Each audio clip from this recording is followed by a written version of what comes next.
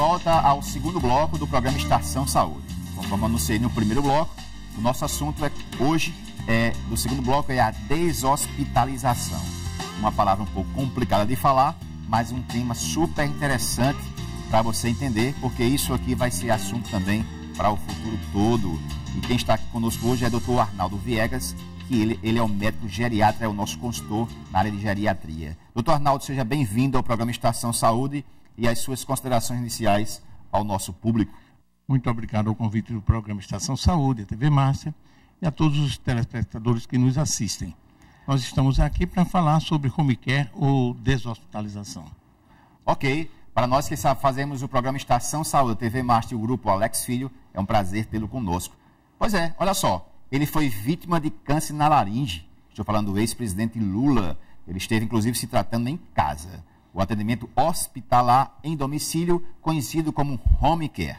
Ele pode melhorar e muito a qualidade de vida dos pacientes, que não precisam, de certa forma, ficar internados no hospital. E esse é o nosso assunto com o nosso consultor na área de geriatria, o Dr. Arnaldo Viegas.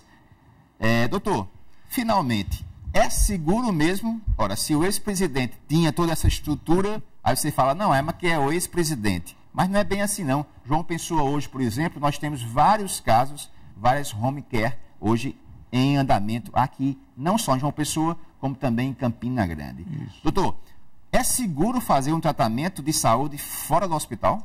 Sim, perfeitamente. Esse paciente que vai para casa, ele recebeu alta do hospital, um tratamento altamente complexo, mas necessita, às vezes, manter uma atenção de saúde em casa. E, às vezes, com equipamentos mais sofisticados. Então, o home care, o hospital residencial, do qual nós fazemos parte, nós dispomos de ambulâncias, para caso de haver alguma intercorrência, podemos remover de volta o paciente ao hospital, ou levá-lo para fazer exames mais completos, como uma tomografia, uma ressonância, essas coisas todas. Nós levamos de ambulâncias, temos 6 ambulâncias CTI, chegando à 7ª agora, todas equipadas com aparelho de ressuscitação, que podem prestar primeiros socorros em caso de intercorrência e tudo mais. E todos os equipamentos necessários, como oxigênio em casa, oxigênio terapia, concentradores de oxigênio, oxímetros, toda aquela parafernália que se encontra em equipamento no hospital, nós podemos instalar desde a cama hospitalar até os móveis hospitalares são instalados. Pois é, então você entendeu exatamente o que é uma home care. Você está entendendo um pouco disso aí. Nós vamos, inclusive, encerrar o programa com um pequeno vídeo explicando de forma bem didática como isso tudo funciona. Agora você deve estar perguntando, mas quando deve-se fazer essa deshospitalização? Quando deve fazer isso e como deve fazer isso? E aí, qual seria a resposta, doutor? Quando se faz esse procedimento de deshospitalizar e qual o momento certo e como deve ser feito isso? Essa deshospitalização, muitas vezes, a maioria das vezes, é bancada pelos planos de saúde do paciente. Nós atendemos aos maiores planos de saúde do Brasil, do Estado.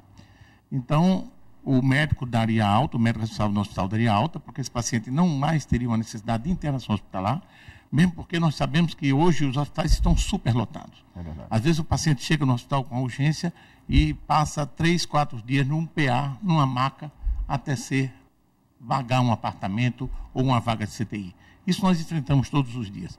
Então o home care veio aliviar essa superlotação hospitalar e veio dar mais segurança à família do doente, que vai passar a ter em casa toda uma assistência e até muitas vezes mais personalizada que tem no hospital. Desde que esse paciente vai ter um serviço de enfermagem só para ele, que no hospital não acontece. Exato. No hospital existe, às vezes, uma enfermeira para 10, 15 ou até 20 pacientes. No home care existe uma técnica de enfermagem e um supervisor de enfermagem que visita regularmente esse paciente, só e exclusivamente para esse paciente. Isso já dá maior segurança e aquele médico que acompanha ele e o visita uma, duas ou até mais vezes por semana, se houver intercorrência, se necessário. Doutor, nós falamos que um dos princípios básicos nessa questão da deshospitalização é a alta, o paciente ter a alta, mas eu pergunto ao senhor, nesse caso especificamente, a terapia domiciliar, para ela funcionar de forma efetiva nessa residência, quais são os princípios básicos analisados que deve ser feito, que deve ter um planejamento antes? Como é que se dá esses procedimentos? Tudo isso existe uma avaliação profissional do ambiente. Geralmente deve ser um ambiente que o paciente pode ter conforto, se puder ter um ar-condicionado, melhor para o paciente, e que este ambiente possa conter todos aqueles equipamentos, né? De uma forma que os técnicos, o médico, o fonoaudiólogo possam exercer as suas atividades, né? Toda uma equipe é necessária para isso, é uma equipe multidisciplinar, e vai do médico. Geralmente, a maioria dos nossos casos são pessoas idosas, né? Existem também até crianças com malformações congênitas e outras doenças neurológicas, paralisia cerebral, que ficam um longo tempo em home care, porque não podem ficar no hospital. Os riscos do hospital são maiores devido às infecções hospitalares. A ausência da família também é uma coisa que provoca um agravamento da situação. Em casa, a presença dos familiares e tudo melhora tudo isso, mas aliado a isso, nós temos todo um grupo treinado de pessoas que vão prestar serviços, fonoaudiólogos, médicos, fisioterapeutas, enfermeiros, técnicos de enfermagem, psicólogos, inclusive dentistas também podem ser chamados. E quando o paciente precisa de um exame mais sério, nós temos as ambulâncias que levam para fazer uma tomografia, que só se faz, às vezes, no centro diagnóstico. Então, são transportados em ambulâncias, com ar-condicionado, com médico, com toda uma equipe que leva aquele paciente em segurança e traz de volta para o seu domicílio. Tem fundamento que ele está falando realmente? Nesse número, essa taxa é muito alta. Por tal motivo, nós temos, assim, um excesso de pacientes nos hospitais, até particulares, inclusive hospitais de muitos planos, de ótimos planos aqui, estão com a sua superlotação. Exato. Esse percentual que ele citou, é verdade mesmo? Eu acredito que a grande maioria sim, porque o home care hoje não é um serviço de cuidados, é um serviço hospitalar dentro de casa. Sim. E as pessoas devem entender que esse paciente, ao sair do hospital, ele tem indicações precisas para ir para o home care. Ele deve obedecer uma classificação de uma tabela chamada BEMID, que é uma tabela feita pela Associação Brasileira de Entidades Médicas de Internação Domiciliar. Então, essa tabela é baseada em pontos. E, de acordo com esses pontos que o paciente faz, baseado na gravidade de sua doença, ele pode ser incluído num atendimento de baixa complexidade, de média complexidade ou de alta complexidade. Isso inclui, basicamente, um serviço de enfermagem durante 6 horas, 12 horas ou 24 horas, na alta complexidade. Então, de acordo com o estado clínico de saúde desse paciente, ele é classificado em determinados graus de complexidade.